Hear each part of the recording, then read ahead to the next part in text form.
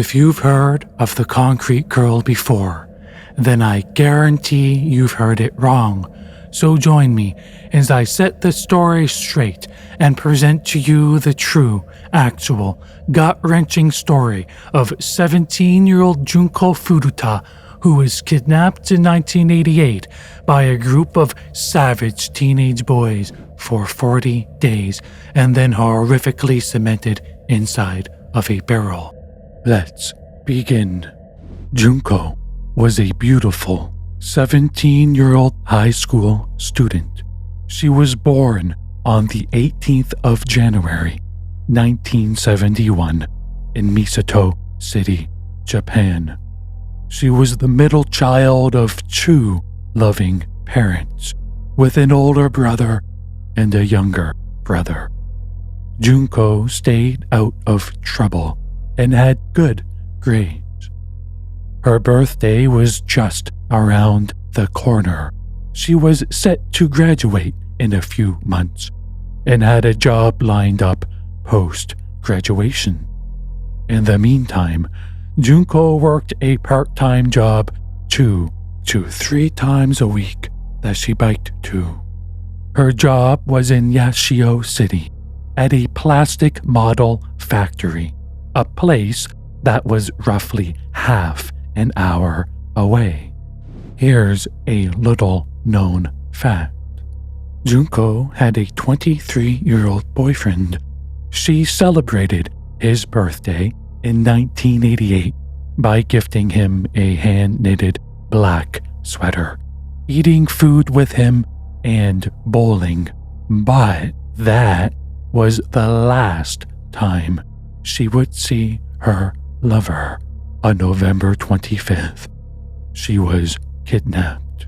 Before we continue, a common misconception is that Junko was abducted by a jealous classmate who couldn't handle her rejection. This is false. Junko never knew her kidnappers, who were 2 high school dropouts, one of them previously in a motorcycle gang, and they were loosely associated with the Yakuza.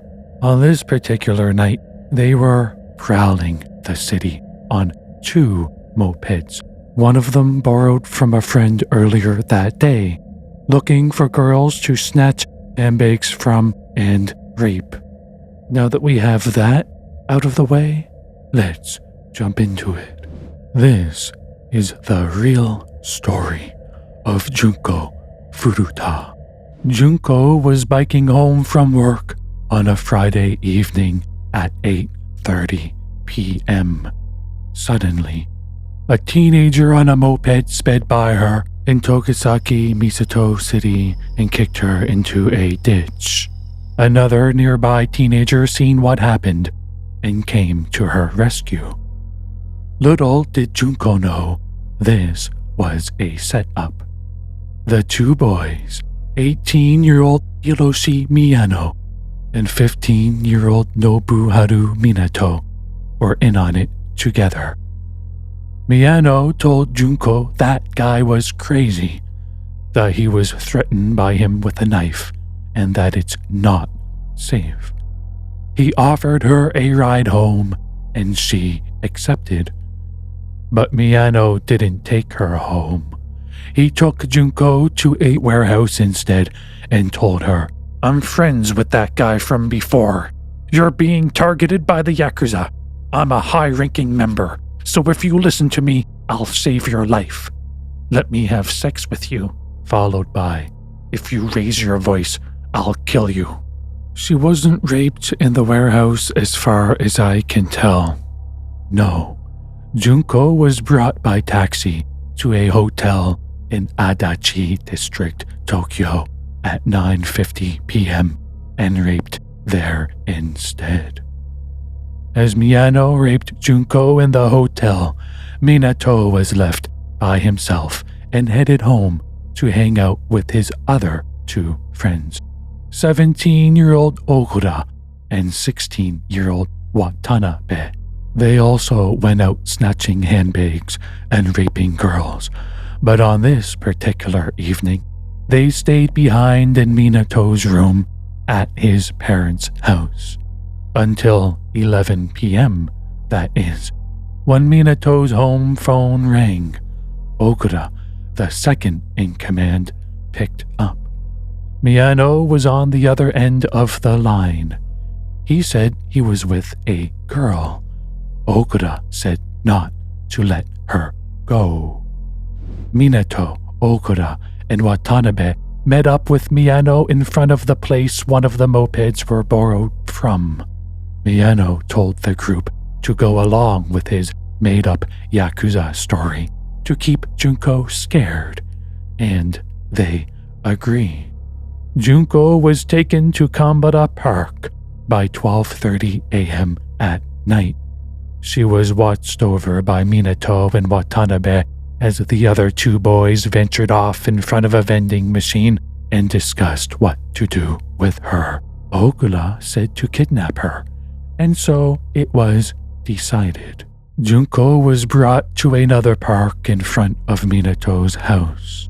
She was forced to wait there with two creepy boys, Okuda and Watanabe, as the other two degenerates left to return the moped they borrowed earlier in the day. When they returned, Miyano said, "You're being targeted by the Yakuza. My friends are outside of your house. I'll hide you." Junko followed all four boys into Minato's family home in Ayase Adachi District, Tokyo. She followed them up the stairs into Minato's dimly lit bedroom, with a broken ceiling light and a lamp on a tatami mat that gave off strange shadows. Once inside the room, game over. Okuda raped her within the day, and things only got worse. On November 28th, two sick-in-the-head degenerates, Tetsuo Nakumara and Koichi Ihara, came over to the house. They all took cold medicine, pretended they were high on drugs, and assaulted Junko. She desperately resisted, but they held her down and covered her mouth. They stripped her naked, mounted her, and raped her one after another. At least Tetsuo, Koichi, and Watanabe violated her that night. Miyano shaved her pubic hair with a razor and lit a matchstick inside of her vagina and laughed at her. Correction, they all laughed at her. Some online reports say the boys actually drink cough medicine, which makes sense because drinking cough medicine will make you high if it has DXM in it. Junko's parents filed a missing persons report the previous day. They never stopped looking for their daughter and spent their days in agony. They even continued looking for her when they received a call from Junko saying she ran away from home and to withdraw the police report. In fact, these sick monsters forced Junko to call home on 3 separate occasions from the end of November to mid-December. I gotta be honest, guys, this is some sad stuff. Let's discuss some key events of Junko's torment and then her murder. Early December, Junko's escape. She snuck downstairs in the afternoon and called 110, the Japanese number for 911. Miyano caught her, and he hung up the phone. When the police called back, Miyano said it was a mistake, and the police believed him. As punishment, Miyano punched her in the face. He poured Zippo oil all over her ankles and set them on fire. December 5th, Junko's psychological torment. A deadly train wreck occurred at the Higashi Nakano station in Tokyo. Miyano told Junko, who was cut off from the world, that her father was killed in the crash. Junko said she was sad. Miyano said he lied. He was alive, but he will soon die because he was part of the crash. Miyano, Ogura, and Minato chanted, "Alive, dead, alive, dead." None of it was true. They just wanted to torment her. Approximately December 18th, Junko's urine. Junko peed all over the floor and Miyano stepped in it. Later that day, Ogura and Minato used that as an excuse to beat her up. Her face swelled up, became huge, and they laughed at it. They proudly showed Miyano the next day, and he fed off of it. He poured Zippo oil all over her hands and thighs and set her on fire. When the fire went out, Miyano set her on fire again. Junko couldn't take it anymore and begged to be killed. Soon after, the burns became infected and a foul odor lingered. Because of this, Junko was banned from using the bathroom downstairs, so Minato's parents didn't get suspicious. She was forced to use a paper cup exclusively. And get this, the day after Junko begged to be killed, a girl came over to make fun of her. This wretched witch said, "Let's do makeup," and drew a beard on Junko's face with a magic marker, and, of course, Ogura, the comedian, found it funny. The girl is rumored to be Ai Ijima, who became a celebrity but died from pneumonia in 2008. However, there's other names floating around more likely to be true. Around December 21st, Junko promised she wouldn't call the police if they let her go. Junko said, "I'll do anything until you believe me." Miyano replied, "Well, get naked and dance. You like disco, right?" So she stripped naked and danced around. Miyano made her do other things, like say Ogura's name in a sexy way. I'm telling you, these guys are freaks. Ogura even thought she'd end up committing suicide. And in case you're wondering, the song she danced to was Seiin by Tetsuya Takeda. This included the lyrics "Gambare, gambare," which means "do your best, do your best." Sometimes Junko quietly whispered those words to herself. Minato's brother was put in charge of feeding her mid-December, but by this point in time, she was only given 0.2 liters of milk a day. She was becoming increasingly weak and severely malnourished. We don't know much about what Minato's brother did to Junko, but believe you me, they are all from the same rotten tree. By late December, the boys lost all sexual interest in Junko and raped other girls in the city instead. But this didn't stop them from torturing her. Around December 28th, when it was cold outside, they forced her onto the room's balcony naked. They fed her milk and water and beat her down when she threw it up. The balcony was only 40 centimeters away from the neighbor's balcony. But the neighbor claims he had no idea of what was going on. All in all, they made her inhale paint thinner, chug whiskey and soju, dance naked, and masturbate in front of them. They thrusted an iron bar in and out of her private parts, shoved a glass bottle into her anus, and repeatedly burned her hands and feet with Zippo oil. There's online claims that they forced Junko to eat cockroaches, that they embedded sewing needles into her breasts, ripped off her nipples with pliers, broke her bones, and that she lost control of her bowel movements, that her hair fell out from the stress, and that she became pregnant and her brain shrank. However, none of these claims appear in the court documents, nor in a book by journalist Minoru Sase, and the autopsy explicitly states that Junko had no bone fractures and that her brain was actually swollen. What's true, however, is that by the end of December, Junko was extremely malnourished and weak, was exhausted and laying limp on her back.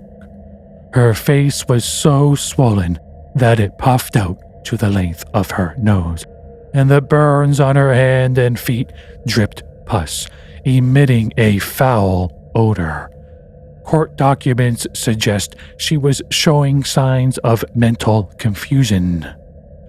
On January 4th, Miyano, Okura, Minato, and Watanabe savagely beat Junko to death. A common belief is that Miyano lost a game of mahjong to Junko and became enraged. This is false. Here is the real story. On the night of January 3rd into the early morning hours of January 4th, 1989, Miyano lost a lot of money gambling at a mahjong shop. He headed over to Watanabe's house where the rest of the gang were hanging out playing Famicom. Miyano said, "No fun. I lost big at mahjong. Hey, wanna go to the sauna or something?" Okura said the sauna was closed until 10 a.m. Miyano replied, "Is that so? Well, until then, wanna go to that guy's place?" implying the place where Junko was at. He continued, "It's her fault I lost. Let's go. Why don't we bully her?" So the boys headed out. Along the way, Miyano stopped off at a store. He bought some candles and ryokan, a Japanese dessert made out of beans. Miyano, Minato, and Okura entered the room of horrors around 8 a.m. Watanabe, on the other hand, stayed behind and hung out in Minato's brother's room instead. Junko was laying helplessly on the floor. To start things off, the slime balls toyed with her psychologically. They gave her some of Okura's ryokan and asked her whose it was. When she answered Okura's ryokan, they berated her for not using sir or san in Japanese. She corrected herself, but they berated her for being too formal. It was a lose-lose situation. There was no winning. The torment officially begun. The three boys punched her in the face. They kicked her in the back. Okura told Minato to put on a cassette tape of Kyoto Koizumi's Non-Tate Idol. The two boys hit Junko on the head to the rhythm of the yes in the song. Whenever she said itai, Japanese for ow, they punched her an extra time. Junko tried her best to stay quiet, and they laughed at how her face twisted up because of it. After the song ended, all three boys beat her up some more. Miyano and Okura then lit up a candle and covered her face in hot wax. They placed the burning stubs of the candles on her eyelids, but by then she showed little reaction. At this point, Watanabe was called into the room and he joined in on the fun. But first, they forced her to drink urine from a paper cup through a straw. Miyano suggested it, and Okura and Minato made her do it. These guys are really something, huh? Junko was bleeding from her nose and mouth, and pus and blood was oozing from her burns and blood splattered the room. Watanabe didn't want to get his hands dirty, so he wrapped his fists in plastic bags secured with duct tape. The other boys followed suit. Then, they repeatedly punched and kicked Junko in the face, stomach, and thighs. Okura and Minato held her up and roundhouse kicked her several times in the face. When she collapsed, they lifted her back up and did it again. Junko could no longer defend herself. She fell back and hit her head on a stereo in the room, and she began convulsing. Miyano got angry, saying Junko was faking it, so he kicked her on the floor. He then brought out an iron ball that was part of his kickboxing equipment, and he, Minato, and Okura repeatedly hit her thighs with it. Watanabe dropped it from shoulder height onto Junko's stomach several times. Junko was too weak to resist, too weak to scream, and she stopped moving. Minato lit her on fire to see if she was still alive. She was. She started moving. She tried putting out the fire, but she went limp again, not moving a muscle. By this time, it was 10 in the morning. The sauna was open. Miyano tied her ankles up with duct tape and said, "Daijoubu ka?"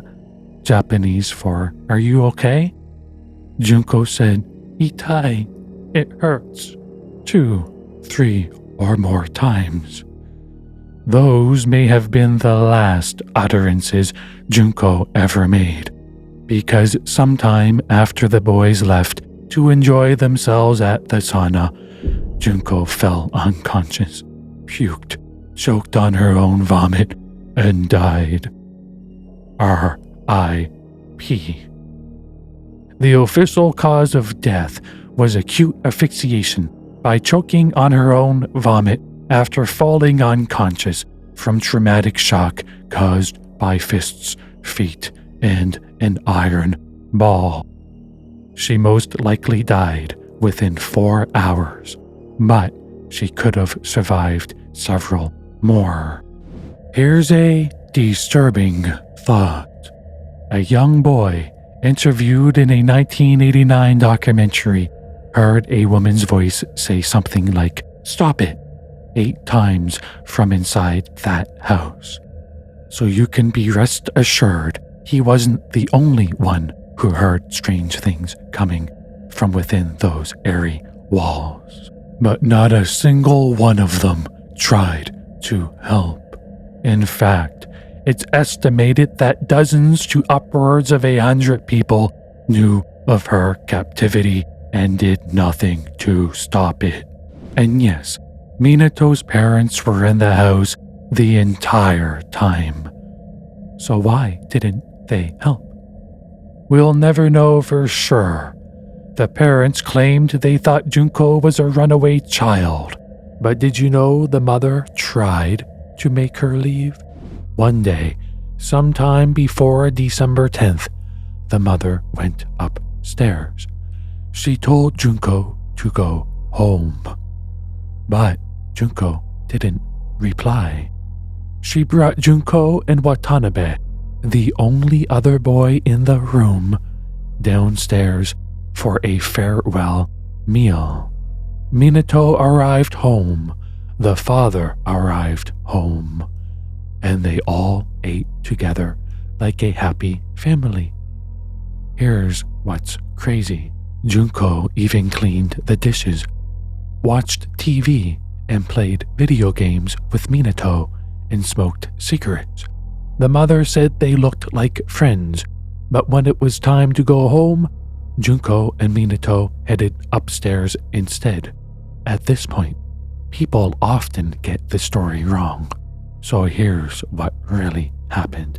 It's now the next day. In a nutshell, both parents went upstairs for round 2. Okura and Watanabe, the only other 2 boys in the room, watched as the mother forcibly tried to make Junko leave. She grabbed Junko's hand, but she wouldn't get up. She grabbed Junko from behind, but she wouldn't budge. A bunch of things happened after, but long story short, the boys were out of the house. It appears to me the dad kicked them out, but I can't be sure.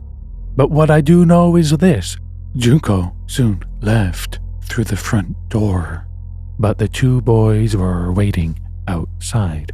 The boys held her captive until the parents fell asleep and then snuck her back in the house. Minato wasn't there, but when he returned home, the two boys spilled the tea on everything. Minato beat his mother up. And get this, her husband basically did nothing. He was trained in karate, but he became a devout pacifist after reading a book on how all forms of violence are evil. If Minato hit him, then he'd offer his other cheek. But between you and I, they knew Junko wasn't a runaway. They have no excuses for what they allowed to happen.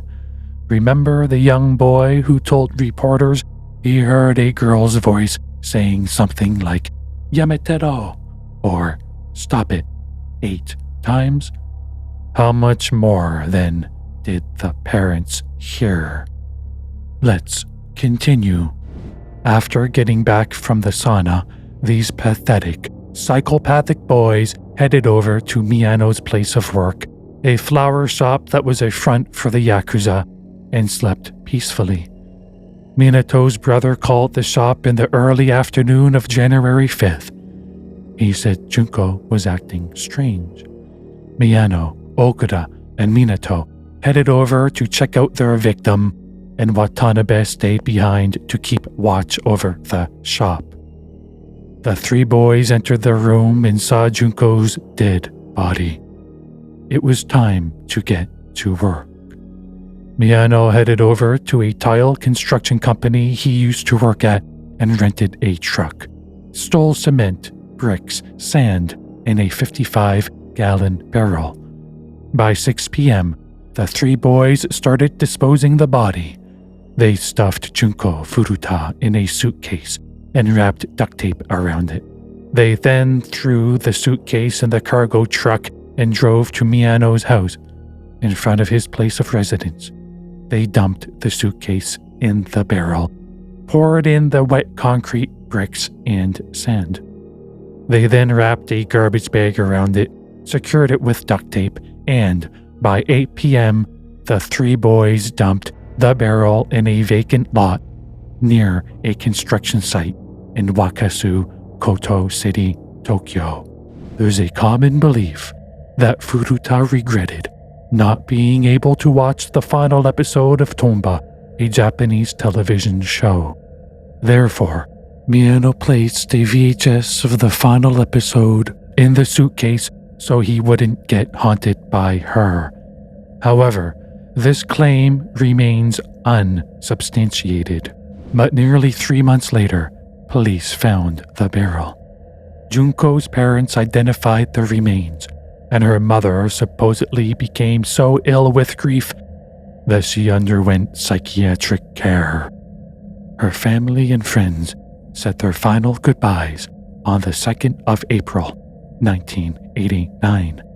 So how did the police find the body? Get this. Miyano mistakenly confessed. On March 29, 1989, he and Okuda were arrested for raping a different girl in December. Miyano thought Okuda admitted to killing Junko Furuta, but Okuda didn't confess to it, and the police had no idea. Miyano, Okuda, Mitano, and Watanabe were arrested and charged. They went to trial on July 31st, 1989. Here's what Miyano said in court. We made something so precious that words can't explain into a moving toy and played with it pouring oil and igniting fire, and we found it fun to see it heat up, found it fun to see it in pain. He continued, talking about how he wanted to kill himself, but he couldn't because blah, blah, blah. We don't care. He was sentenced to 17 years in prison, but was resentenced to 20 years upon appeal. He was released in 2009, changed his name to Hiroshi Yokoyama, joined a kickboxing gym, and became involved in multi-level marketing.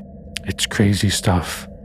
In 2013, he was arrested for fraud but released without charge.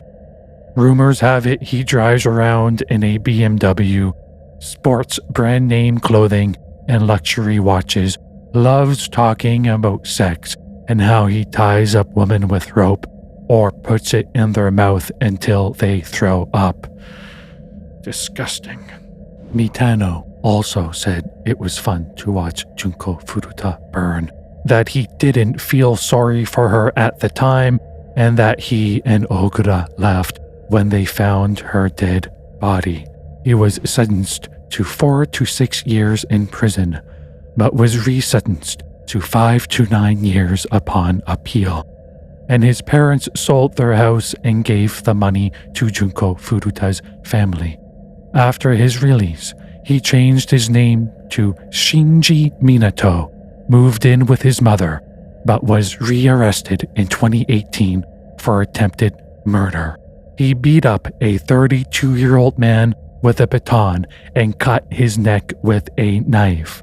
For this, he was only sentenced to a year and a half in prison.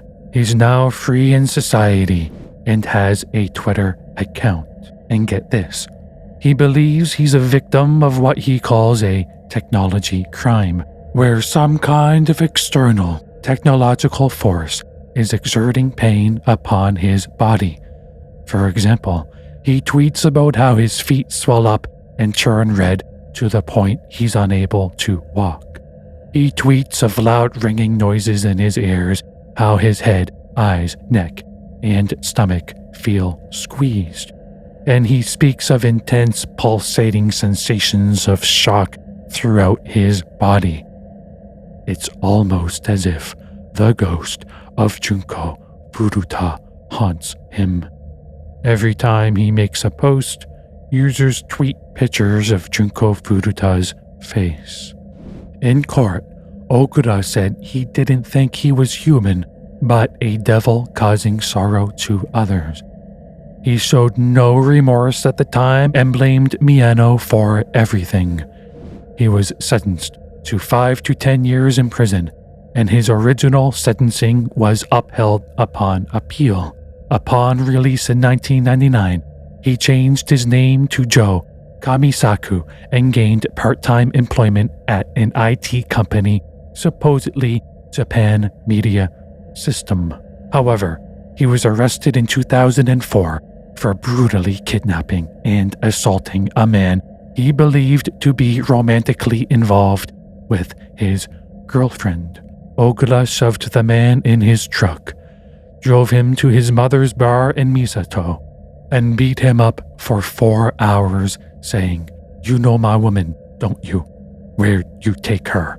He was sentenced to 7 years in prison. He's now free, living in open society. Rumors have it that, upon release, he used money his father saved up for Junko Furuta's family on a house and car. It's also rumored that he joined a gang in 2004 and married his girlfriend in the same year. Who the heck would want to marry a guy like this?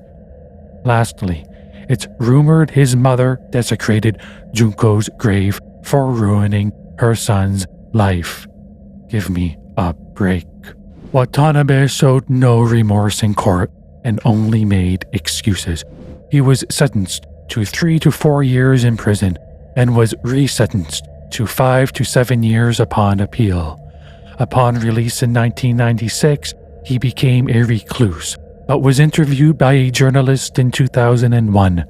He's the only criminal to have avoided trouble with law enforcement since his release.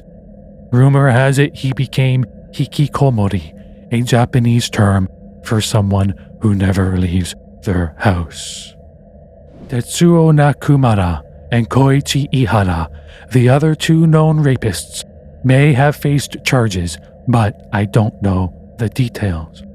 To my knowledge, everyone else got away scot-free, including Minato's parents, his brother, and the girl who mocked Junko with a magic marker, as well as the countless others whom were never named by the courts. I'm baffled over this. I'm astounded that upwards of dozens to 100 people knew of Junko's captivity and did nothing to stop it. Justice was never served. On that note, thank you for joining me on this episode of The Untold Truths. There's a lot more I could say about this case, and maybe one day will. But until then, there's other tales to tell, and we must shed light on other cases that deserve to be heard. Until next time, stay safe, stay vigilant, and stay spicy. Sincerely, the Tea Barista.